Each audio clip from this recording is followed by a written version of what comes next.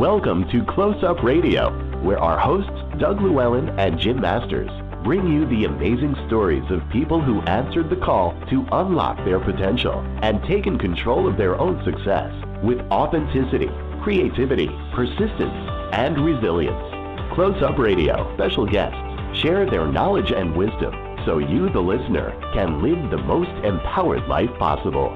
Close Up Radio. And now, here's today's host, Jim Masters.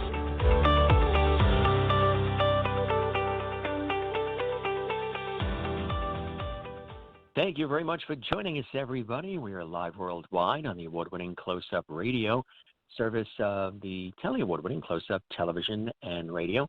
It is a real blessing when you have an opportunity to be with us and us with you. And it's also extraordinary when you have a situation where the guest is excited about being on the show as the host is doing the show. And we have that case happening here with my very special guest, Dr. Marilyn Puder-York. Dr. Puder-York, thank you very much for joining me here live this Friday on Close Up Radio Live. We really appreciate your taking time out of your busy day to join me. Welcome to the show. Thank you.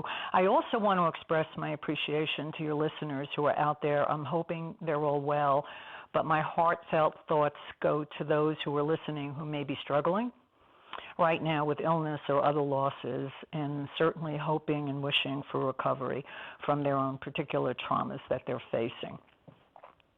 That's very beautifully said, and I appreciate that. And, yeah, I agree. We offer solace and support. I've been telling people I believe that these shows we've been doing through the pandemic are really the gold standard because, you know, everybody's rising to the occasion, even the guests like yourself being on the air at this time, when easily people could say, oh, well, I'll wait till everything is perfect, everything is done, everything's over. This is when people rise to the occasion and you have innovation, creativity, entrepreneurship, and you have critical thinking, because we often talk about, well, if in the event of a problem or trauma or tragedy or craziness, this is how we can do it, this is what we can do. But I think having guests like you on right now during the thick of it really shows people what you do and how you do it and why you do it and the passion and the fact that we can all get through this together with the right information and resources and comfort and solace and understanding. And that leads me, thank you also for those beautiful comments in the beginning about my work. Obviously, you must have been on the phone before the show with my mother. And I appreciate that. Would have loved to. I'm fascinated. Yeah. We got to hop on a plane to Florida, but we can't because the planes are grounded, right? So I love psychology, and I think a lot of what I do as a communicator, I'm very communal, I'm a communicator, I'm a host, and dealing with all kinds of different personalities, and I really, really love psychology. So I love talking to people who do this kind of work.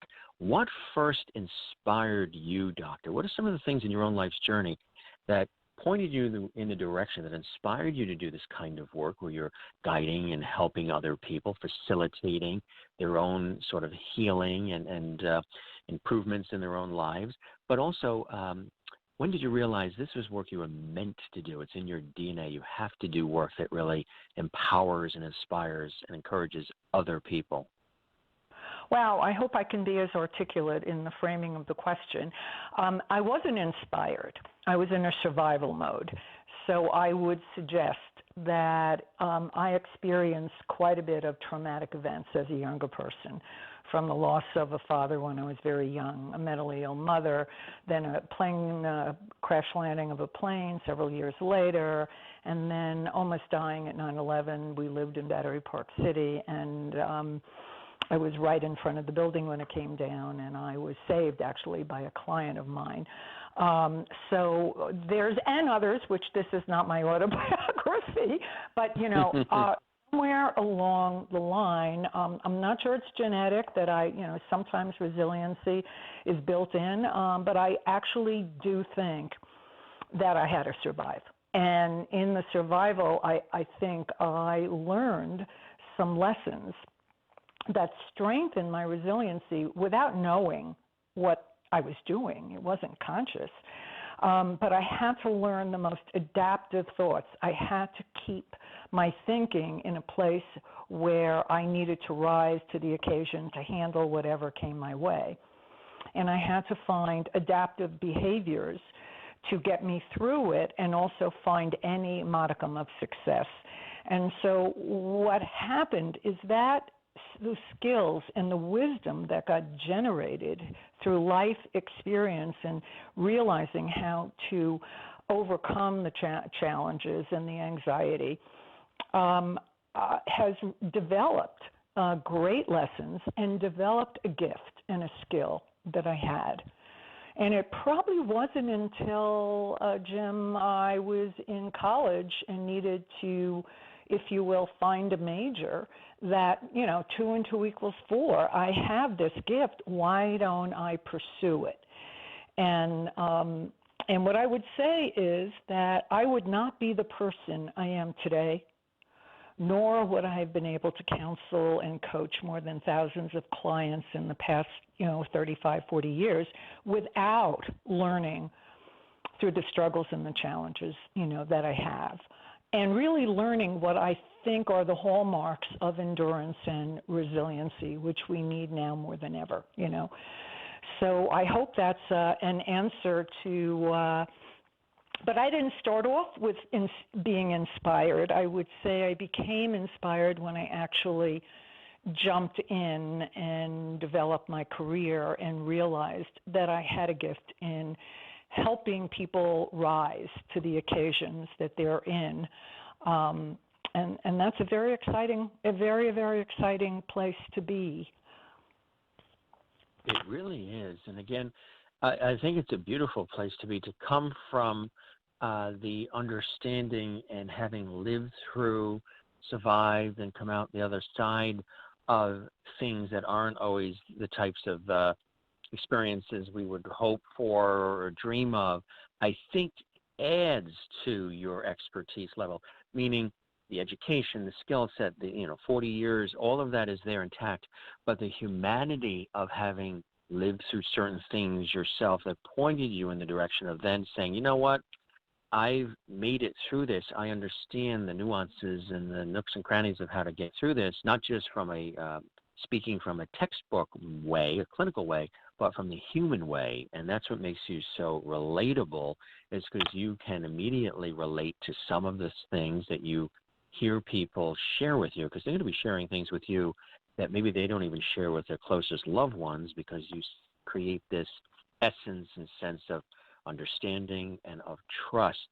And that's what's really, really important. So I think for you, having had this inspiration come out of your own personal experiences adds to the richness of what you offer your clients. I just love listening to you say all those very nice things. Thank you. It's nice to be affirmed. I try to affirm others as you do and lift people up, and it's very nice when it comes back to me. It really does feel good. Thank you, Jim. I really appreciate it. You're welcome. You're welcome. We're talking about leaders, too, and the role of a leader. Fortunately, is changing in the positive. It isn't necessarily just that person up in the top floor of the ivory tower looking down at everything. Real effective leaders, or leaders now that understand they have to roll up their sleeves, they have to be engaged with all levels of the company, the organization, whatever it may be, and listen to advice and suggestions. And there may be somebody downstairs in the factory who has this wonderful idea that might actually help solve a problem or increase productivity, whatever it may be. And great leaders are not those who are dictators or who, force things down your throat or say my way or the highway. They listen to experts. They try to pull from information and data, and they try to bring people in from an empathetic mindset. Present comfort when needed and consolation when needed. So from your perspective, with all of that said, how should leaders respond to this particular period of great change and still a lot of unknown that's ahead of us? And what are some of the steps they can take right now to facilitate some of what you and I are talking about? So let me go into what I think are some of the two core things that leaders need to do to maintain their own resiliency. Because, like on an airplane, right, and they give you an announcement before takeoff. They say parents should put on their oxygen mask if there's a problem on the plane, and then put it on their children. I do think that the credible, successful leaders are the ones that are going to pay attention to building their own resiliency so that they can spread the word, behave appropriately, communicate appropriately to the people that in their workforce, their management teams in the workforce, and they will be more credible that way. There are two things I want to highlight, if I may. One is self-awareness is one of the most important things as a cornerstone of resilience, and that is every leader should recognize what their strengths are and what their vulnerabilities are. None of us are perfect. And this is a particular period of time where we have to act, every leader has to act adaptively, depending upon who their stakeholders are. And you need to recognize what your vulnerabilities and your blind spots are and how they can be triggered by the challenges that are being met. And hopefully this awareness will result in their not acting in a maladaptive, inappropriate way when they're supposed to be rising to the top. Now, one of the things I recommend to leaders, if they don't already have a cabinet of trusted advisors, they should expand one or develop one. I'm sure most leaders do. And the key and most important person on that particular team, particularly now, is the chief people officer or the head of HR. Those people have the expertise of understanding the well-being of the workforce and could support the leader by providing, programmatic interventions like continuity of benefits, extension of benefits, support systems, and other supportive outreach, but also to help the leader in communications so that the communications are ideal with a combination of authenticity, honesty, truth, and empathy. So that's very important. The other that's very, very important, but this is also important for individuals, is setting boundaries on their schedules. They have to protect their wellness and vitality during this particular period of time, whether that's practicing self-management and self-care to maintain their physical and mental well-being. They have to set some boundaries on tasks or people or situations that are not adding value so they can find the time for, exercise, nutrition, good sleep, and they're in the right position, if you will, to help others. The last thing is, with diplomacy, you can set boundaries on people within your organization or in your personal life who rob you of the positive energy. I wouldn't call them toxic, but they may behave in toxic ways. Set boundaries, reducing the stress that comes from being triggered with frustration or anger when you're dealing with people who are not in line with you. Keep your contact with them limited. And remember that you are, as the leader, role models for your staff, your teams, and how you take care of yourself and how you prioritize your time, other people will follow. And there are other ways that leaders can aid their team in the workforce if you want me to talk about that. But those are the really important resiliency building things that leaders need to pay attention to. Very important, absolutely, and to carry with them, through the duration of the work that they do. It's very important, isn't it? It's really crucial because you're going to get the most out of those that you work with when you exhibit some of what you just, or all of what you just displayed and described. Because again, the role of a leader is morphing. How do you define what a really effective leader is, Doctor? Great question. Let me start off by saying that they're very self-aware of their strengths and they compensate for the areas that are not strengths in a particular situation, let's say. And that self-awareness allows them to be strategic in the way in which they communicate and the way they behave. Okay, so that's important. The other thing that's very important is they need to convey a level of realistic optimism. And what that is the magic balance between telling the truth, which, let's face it, at the end of the day, builds trust. In the workforce and, of course, in the country, too, is telling truth and being able to be candid and straightforward with what the organization is going through, what employees need to do, assuming they're employed and they're not furloughed, or what they need to do, what their roles are, and how they can add to the productivity and the innovative thinking. But the realistic optimism has to be truth-telling about the challenges, but conveying a level of hopefulness. Because what hopefulness does, as long as it's not, over-idealized, Pollyannish, but realistic optimism, it does reduce a certain amount of anxiety in people, that their leaders can be trusted and they can have faith in their leaders. And that's like children being supported by parents during a violent storm. It's very comforting to have an effective parent reduce the angst of the child. Well, I'm not making employees children, but what I'm saying is leaders have the power to assuage some of the anxiety. Obviously not all. Everybody's life has its own external circumstances that are challenging. But they have the power to do that. And in their courage to tell the truth, but in their empathy and emotional intelligence to combine all of that with a level of hopefulness and realistic optimism, that really has great impact.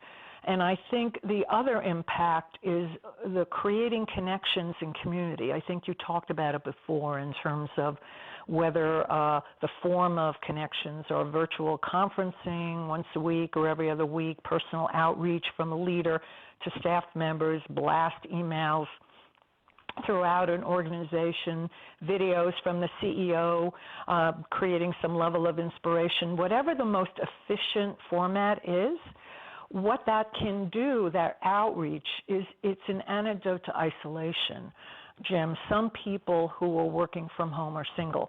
They're widowed, they're divorced, they're alone.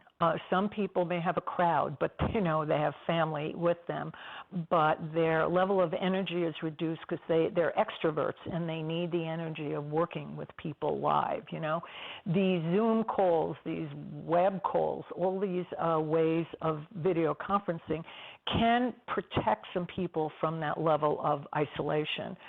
The other thing that leaders can do is intentionally show empathy in every single communication by pointing out that they care about the well-being of their workforce before they get into the business discussions.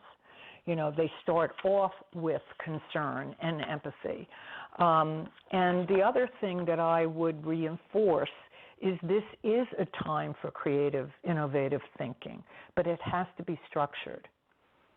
There's so much chaos in our lives that you almost have to structure creative thinking, create whether it's a video conference, but create a structure with a facilitator if necessary, where the leader can jumpstart brainstorming amongst teams, soliciting ideas, getting new perspectives, encouraging staff to re-examine assumptions and create opportunities of staff with different perspectives to come together.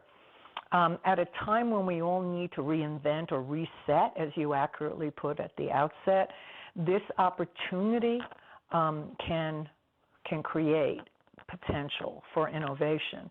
The last thing I want to say is I really have seen the wonderful results in previous years with the 9/11 experience of financial. This is obviously worse than those because there's no place to hide with this.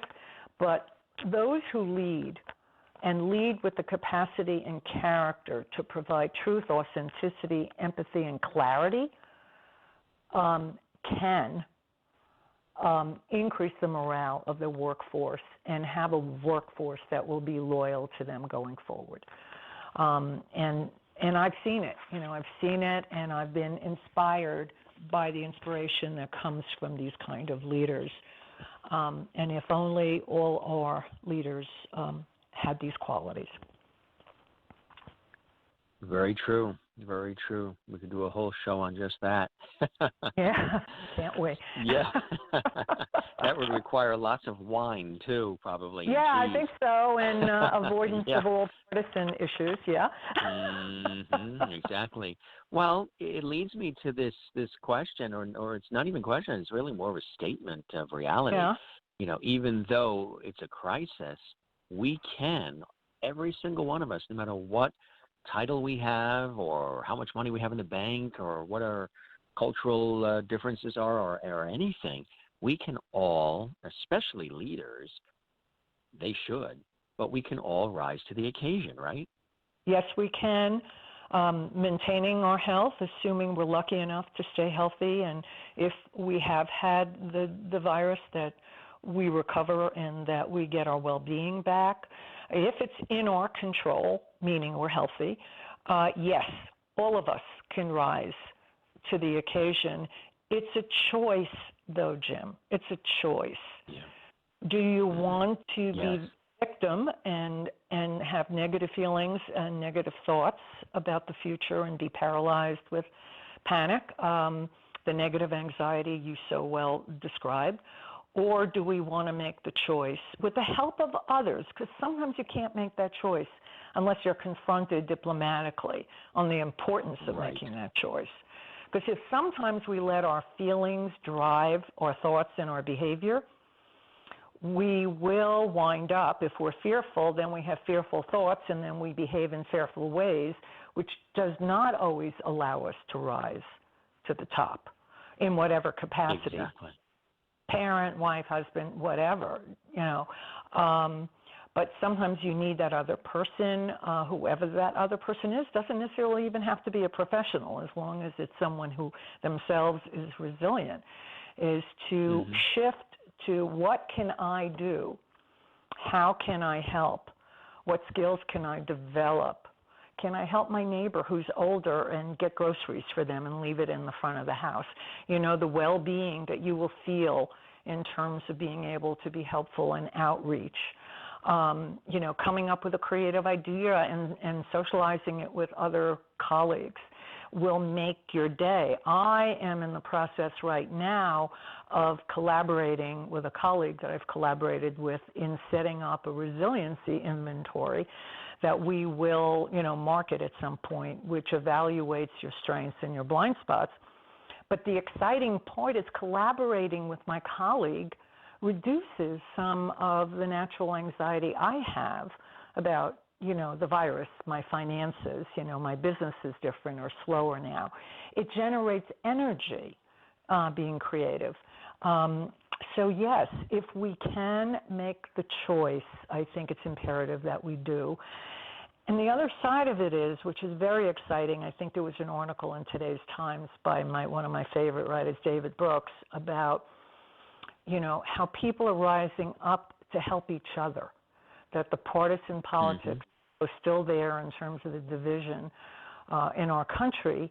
There are people who are Republicans who are, helping the Democrats, and the Democrats helping the Republicans because they live in a community where, they need to be helpful to each other. They're even respecting the 6 feet thing or wearing a mask. So there's levels to which you said it, and again, I underscore it, is the resetting idea that maybe, I don't want to be Pollyannish, there's no such thing as utopia or perfection, we know that, but maybe there can be some healing in our country, maybe from this. That is my greatest hope for my child, for the younger people I know.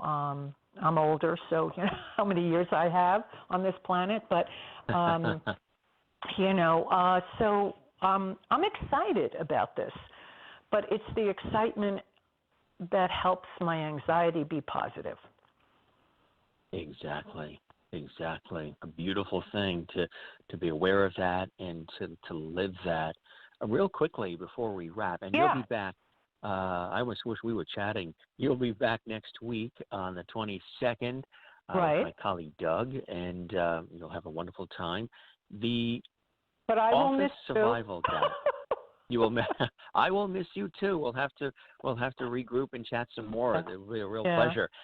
thanks. The Office Survival Guide, which is available at Mhm. Amazon. Tell us about that briefly. That book you wrote.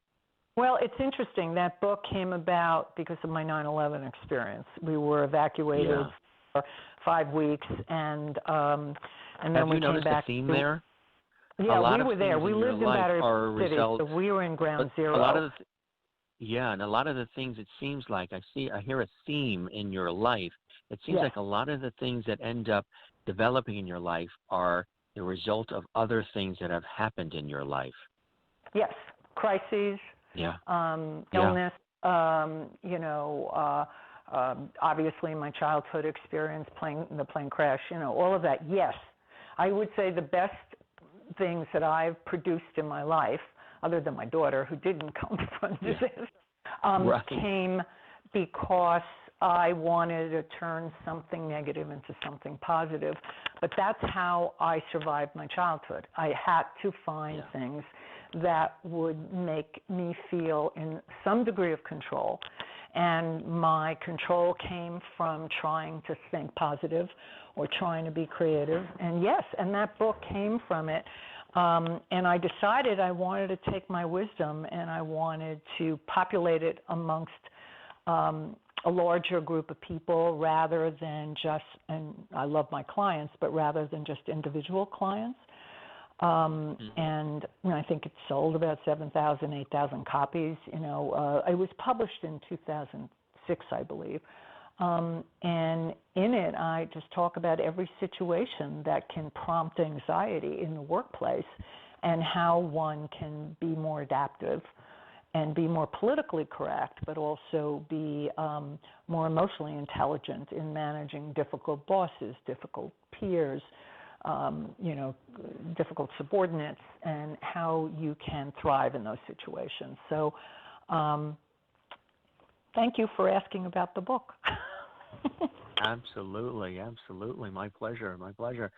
So this has been a great interview. I can't believe the half hour has Yeah. flown by in a New York minute, but it just has this feeling and rhythm that we've known each other for years in a way, and sometimes that just, we're blessed when things like that happen, and the work that you do is so impactful and so vital and so meaningful, Doctor, and always a pleasure to have an opportunity to share guests like you with our audience here on Close Up Radio. And I look forward to us chatting soon again. You'll be back same time on the 22nd here on Close Up Radio, and hopefully we'll be chatting beyond that as well. Thanks for being my guest and being so warm and so affable and detailed and sharing your personal story with us. Because again, as I mentioned, I like to humanize the guest and make them relatable, and I think you sharing your personal story automatically puts people at ease. She's real. She's doing things for the right reason. She truly cares. And when that is understood, they're going to be more willing to emote about their fears and their worries and their hopes, dreams, desires in their own life, which then allows you to provide the services that you want to provide more effectively because they've opened up, because they feel comfortable with you. So I think that's a wonderful approach that you have. And it was grand having you as our guest today on the show, and looking forward to chatting again soon. Mike, it was a pleasure for me. You stay well and all your loved ones. You as well, Doctor. And that's doctor's orders, right? Yeah, that's Marilyn's orders. Yeah, that's Marilyn's Say hi orders. to your That's mother right, for exactly. me. Hopefully she stays well too. I appreciate that. I will.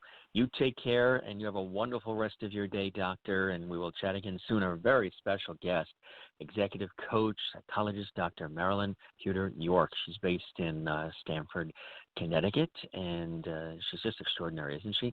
The book is The Office Survival Guide. You can find that at Amazon. And her website, if you'd like to connect with her, and responsive, you can go to www.marilyn, It's Marilyn, Puder, which is Puder, and then hyphen or dash York, YORK.com. Marilyn Puder York.com.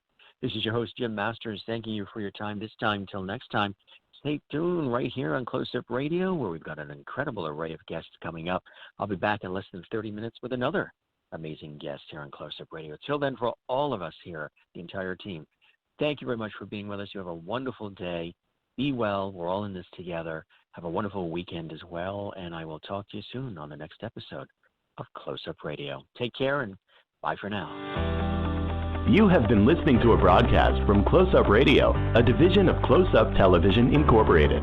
For more information about our show and to be considered for future broadcasts, please visit closeuptelevision.com. You may also learn about us on social media and listen to us on podcast and internet radio. Thank you for joining us, and we hope that you have an empowered and productive day.